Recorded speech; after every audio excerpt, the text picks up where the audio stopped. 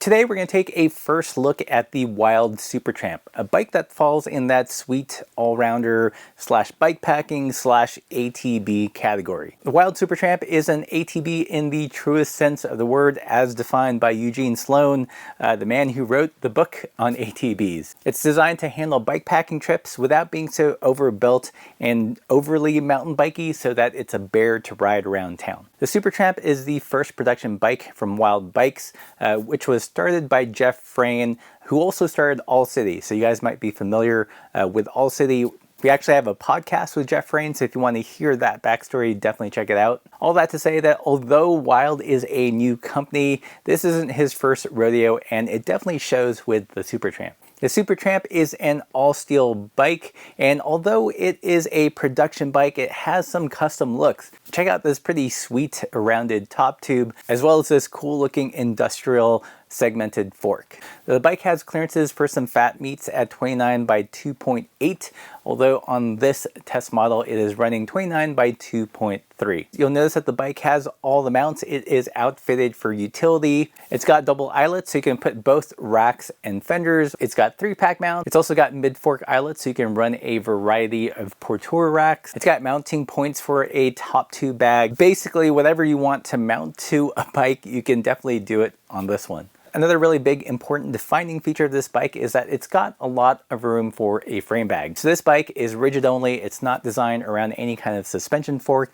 and this is done intentionally to really maximize that frame bag room. Another really nice touch on this bike is the cable routing. You'll notice that there are no zip ties. There are full circular braze-ons to hold the cable housing. I don't think I've actually seen this executed on a production bike that I've tested, but this is a really nice touch, and again is that custom bike feel for production price money. This build in particular ships with the Jones bar. I think the actual production build is going to ship with the Velo Orange Sane bar. I know some people are big fans of the Jones because it does give you multiple hand angles, and while I appreciate that, I think I would actually prefer the Velo Orange Sane bar, primarily because the Jones bar is a little tricky to mount a bag on, especially the bags I like to use, so the Paradise style bags and the Rainbow style bags. To mount bags on a Jones bar takes a little bit more work. You either have to get a Jones bar specific bag or do all sorts of shenanigans down there. The brakes are discs and it's running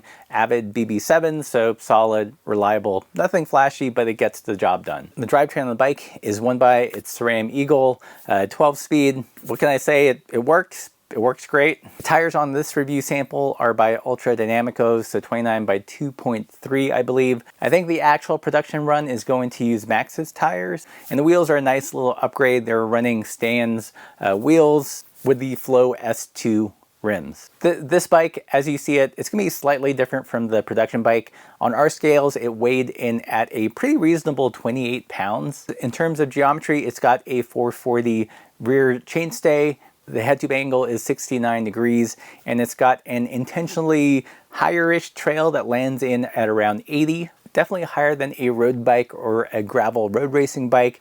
Not as high as a full-on downhill mountain bike. All of this results in a ride that is overall pretty smooth and stable. The trail isn't so high that you're wandering a lot on slow speed climbs. I also think the slower steering is mitigated by the short stem and the sweep of the Jones bars. But before I get away from myself, this is not a full-on review. The trails are still thawing out, so I've only ridden this on the road, unfortunately. So look for a more in-depth dirt review in a couple weeks. But from the handful of rides that I have put on it, just as the Space Horse was the perfect all-rounder for curly bar bikes, I think the Wilde Supertramp is doing the same for ATBs. What does the bike cost? You can buy it as a frame set for $1,200. Which I know is not free, but in the spectrum of what bike frames cost, it is in that middle, maybe middle upper tier.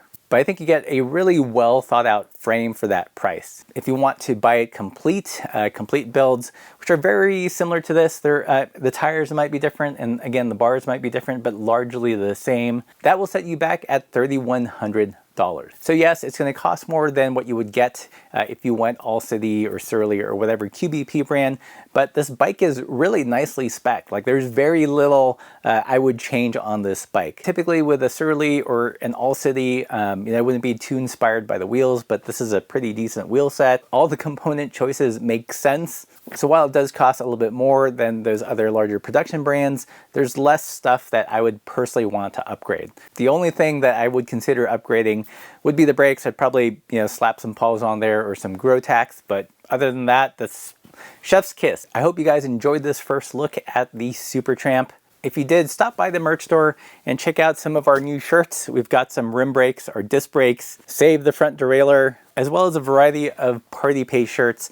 These are printed on some really soft Bella canvas blanks. I put these through the wash a couple times and the printing still looks awesome. Look for a more in-depth review in a couple weeks, and as always, keep the supple side down.